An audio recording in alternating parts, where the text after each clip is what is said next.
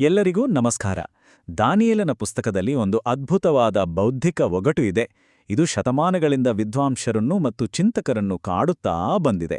ಅದೇ 2300 ದಿನಗಳ ಪ್ರವಾದನೆ.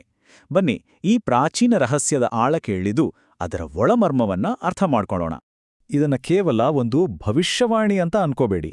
ಇದೊಂದು ಪ್ರಾಚೀನ ಕೋಡ್ ಇದ್ದ ಹಾಗೆ. ಈ ಕೋಡನ್ನು ಭೇದಿಸಲು ಶತಮಾನಗಳಿಂದಲೂ ಪ್ರಯತ್ನಗಳು ನಡೀತಾನೇ ಇವೆ. ಹಾಗಾಗಿ ಇವತ್ತಿನ ನಮ್ಮ ಈ ವಿಶ್ಲೇಷಣೆ ಒಂದು ರೀತಿ ಡಿಟೆಕ್ಟಿವ್ ಕೆಲಸದ ಥರ ಇರುತ್ತೆ. ಸರಿ, ಈ ರಹಸ್ಯವನ್ನ ಬಿಡಿಸೋಕೆ ನಾವು ಒಂದು ಪ್ಲಾನ್ ಮಾಡ್ಕೊಂಡಿದ್ವಿ. 5 ಹಂತಗಳಲ್ಲಿ ಹೋಗೋಣ. ಮೊದಲು ಈ ಪ್ರವಾದನಾತ್ಮಕ ಗಣನೆ ಅಂದ್ರೆ ಏನು ಅಂತ ನೋಡೋಣ. ನಂತರ ಇದು ನಿಜವಾಗ್ಲೂ ದಿನಗಳ ಅಥವಾ ವರ್ಷಗಳ ಅನ್ನೋ ದೊಡ್ಡ ಪ್ರಶ್ನೆಗೆ ಉತ್ತರ ಹುಡುಕೋಣ. ಆಮೇಲೆ ಇದರ ಆರಂಭಿಕ ದಿನಾಂಕ ಯಾವುದು ಅಂತ ಹುಡುಕಿ ಈ ಸಮೀಕರಣ ವರ್ಕ್ ಆಗುತ್ತಾ ಅಂತ ನೋಡಿ, ಕೊನೆಗೆ ಇನ್ನೊಂದು ಪ್ರವಾದನೆಯೊಂದಿಗೆ ಇದರ ಲಿಂಕ್ ಏನಿದೆ ಅಂತ ವಿಶ್ಲೇಷಿಸೋಣ. ಸರಿ, ಹಾಗಾದ್ರೆ ತಡ ಮಾಡೋದು ಬೇಡ, ನಮ್ಮ ತನಿಖೆ ಶುರು ಮಾಡೋಣ. ಮೊದಲನೇದಾಗಿ ಈ ಇಡೀ ಚರ್ಚೆಯ ಮೂಲ ಪಾಯಿಂಟ್ ಯಾವುದು ಅಂತ ನೋಡೇ ಬಿಡೋಣ. ನೋಡಿ, ಇದೇ ಆ ವಾಕ್ಯ, ಇಡೀ ರಹಸ್ಯದ ಕೇಂದ್ರಬಿಂದು. ಇದು ನಮ್ಮ ಮುಂದೆ 2 ದೊಡ್ಡ ಪ್ರಶ್ನೆಗಳನ್ನಿಡುತ್ತೆ.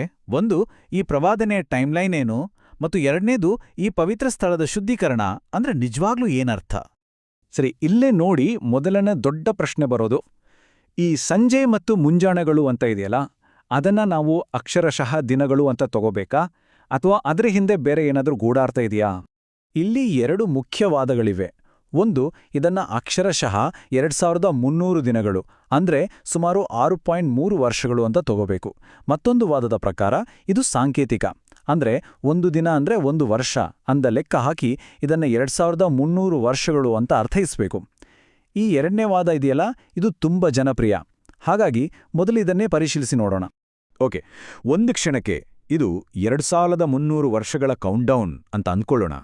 ಹಾಗಾದ್ರೆ ತಕ್ಷಣ ಬರುವ ಮುಂದಿನ ಪ್ರಶ್ನೆ ಏನು? ಈ ಕೌಂಟ್ಡೌನ್ ಶುರುವಾಗೋದು ಯಾವಾಗ?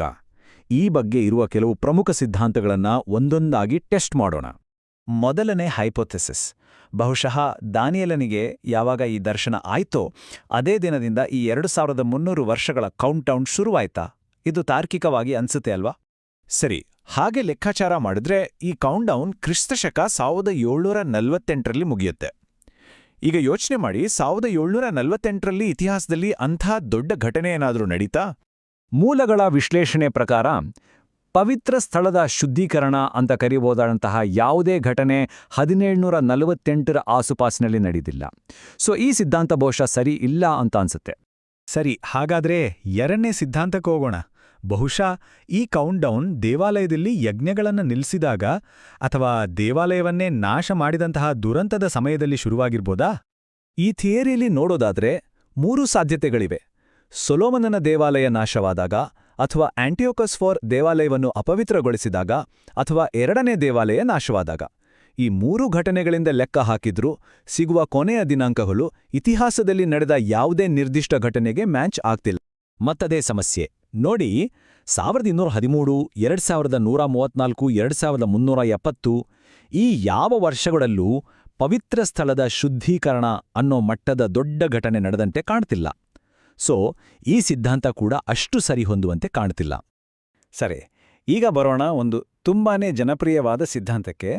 ಇದು ಏನ್ ಹೇಳುತ್ತೆ ಅಂದ್ರೆ, ಈ 2300 ದಿನಗಳ ಪ್ರವಾದನೆಯನ್ನ ಇನ್ನೊಂದು ಪ್ರವಾದನೆ ಅಂದ್ರೆ 70 ವಾರಗಳ ಪ್ರವಾದನೆಯೊಂದಿಗೆ ಲಿಂಕ್ ಮಾಡಬೇಕು ಅಂತ.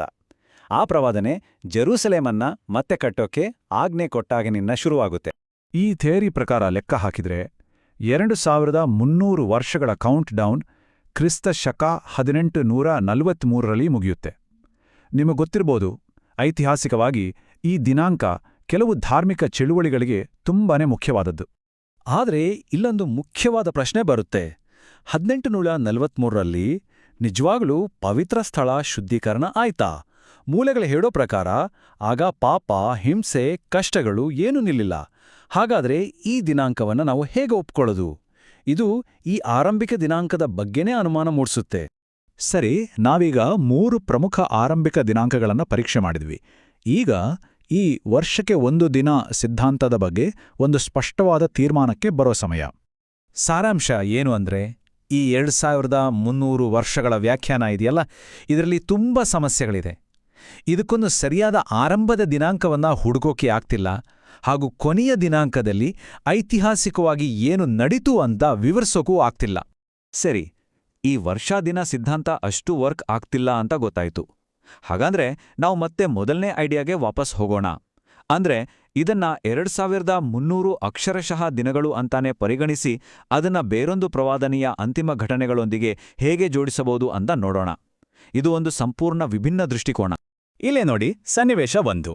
ಇದರಲ್ಲಿ 2300 ದಿನಗಳ ಅವಧಿ, ಆ ಅಂತಿಮ 7 ವರ್ಷಗಳ ಅವಧಿ ಶುರುವಾಗೋಕೆ 1040 ದಿನ ಮುಂಚೆನೇ ಶುರುವಾಗುತ್ತೆ ಅಂತ ಅನ್ಕೊಂಡ್ರೆ ಏನಾಗುತ್ತೆ? ಫಲಿತಾಂಶ ಏನಂದ್ರೆ ಈ ಕೌಂಟ್ ಡೌನ್ 70ನೇ ವಾರದ ಪ್ರವಾದನೆ ಮುಗಿದು 1040 ದಿನಗಳ ನಂತರ ಮುಗಿಯುತ್ತೆ. ಅಂದ್ರೆ ಸಹಸ್ರ ವರ್ಷದ ರಾಜ್ಯ ಶುರುವಾದ ಮೇಲೂ ಶುದ್ಧೀಕರಣ ಆಗುತ್ತೆ ಅಂತಾಯ್ತು. ಇದು ತಾರ್ಕಿಕವಾಗಿ ಸರಿಹೊಂದಲ್ಲ. ಈಗ ಸನ್ನಿವೇಶ 2. ಇದರಲ್ಲಿ 2300 ದಿನಗಳು ಇತಿಹಾಸದ ಕೊನೆಯ ವರ್ಷಗಳಲ್ಲಿ ನಡೆಯುತ್ತೆ ಅಂತ ಅಂದ್ಕೊಳ್ಳೋಣ. ಆಗೇನಾಗುತ್ತೆ? ಯಜ್ಞಗಳು ನಿಂತು 220 ದಿನಗಳಾದ ಮೇಲೆ ಈ 2300 ದಿನಗಳ ಕೌಂಟ್ಡೌನ್ ಶುರುವಾಗುತ್ತೆ. ಆಗ ಬರೋ ಪ್ರಶ್ನೆನ್ ಗೊತ್ತಾ? ದೇವಾಲಯ ಅಪವಿತ್ರಗೊಂಡ ಒಟ್ಟು ಅವಧಿ 2520 ದಿನಗಳಷ್ಟು ದೀರ್ಘವಾಗಿದ್ರೆ ಪ್ರವಾದನೆ ಯಾಕೆ ಕೇವಲ 2300 ದಿನಗಳ ಬಗ್ಗೆ ಮಾತ್ರ ಮಾತಾಡುತ್ತೆ? ಇಲ್ಲೂ ಒಂದು ಗೊಂದಲ ಇದೆ. ಹಾಗಾದ್ರೆ ಈ ಎಲ್ಲ ವಿಶ್ಲೇಷಣೆಯಿಂದ ನಾವೇನರ್ಥ ಮಾಡ್ಕೋಬೇಕು? ಪ್ರವಾದನಾತ್ಮಕ ವಿಶ್ಲೇಷಣೆ ಅಂದ್ರೆ ಸುಲಭವಾಗಿ ಒಂದು ಉತ್ತರ ಕಂಡುಹಿಡಿಯೋದಲ್ಲ. ಅದು ಬೇರೆ ಬೇರೆ ಸಿದ್ಧಾಂತಗಳನ್ನ, ಐತಿಹಾಸಿಕ ಪುರಾವೆಗಳನ್ನ ಇಟ್ಕೊಂಡು ಪರೀಕ್ಷೆ ಮಾಡೋ ಒಂದು ಪ್ರಕ್ರಿಯೆ. ಉತ್ತರಕ್ಕಿಂತ ಹೆಚ್ಚಾಗಿ ಈ ವಿಶ್ಲೇಷಣಾ ಪ್ರಕ್ರಿಯೆನ ಅರ್ಥ ಮಾಡ್ಕೊಳ್ಳೋದೇ ಇಲ್ಲಿ ಮುಖ್ಯ. ಕೊನೆಯಲ್ಲಿ ಹೇಳೋದಾದ್ರೆ, ಈ 2300 ದಿನಗಳ ಪ್ರವಾದನೆ ಇದೆಯಲ್ಲ, ಇದು ಧರ್ಮಶಾಸ್ತ್ರದ ಅತಿದೊಡ್ಡ ಬೌದ್ಧಿಕ ಸವಾಲುಗಳಲ್ಲಿ ಒಂದಾಗಿ ಇವತ್ತಿಗೂ ಉಳಿದುಕೊಂಡಿದೆ. ಇದು ಇಂದಿಗೂ ಸಂಶೋಧನೆಗೆ ಮತ್ತು ಚರ್ಚೆಗೆ ಒಂದು ದೊಡ್ಡ ಆಹ್ವಾನ ನೀಡುತ್ತಲೇ ಇದೆ. ಹಾಗಾದ್ರೆ ಕೊನೆಯದಾಗಿ ಒಂದು ಪ್ರಶ್ನೆ. ಇಂತಹ ಪ್ರವಾದನೆಗಳನ್ನ ಅರ್ಥ ಮಾಡ್ಕೊಳ್ಳೋದು ಅಂದ್ರೆ ಅದು ಕೇವಲ ನಂಬಿಕೆಯ ವಿಷಯನಾ ಅಥವಾ ಅದೊಂದು ಕಠಿಣ ಲೆಕ್ಕಾಚಾರದ ವಿಷಯನಾ? ಈ ಒಂದು ಆಲೋಚನೆಯೊಂದಿಗೆ ಇವತ್ತಿನ ಈ ವಿಶ್ಲೇಷಣೆಯನ್ನ ಮುಗಿಸೋಣ.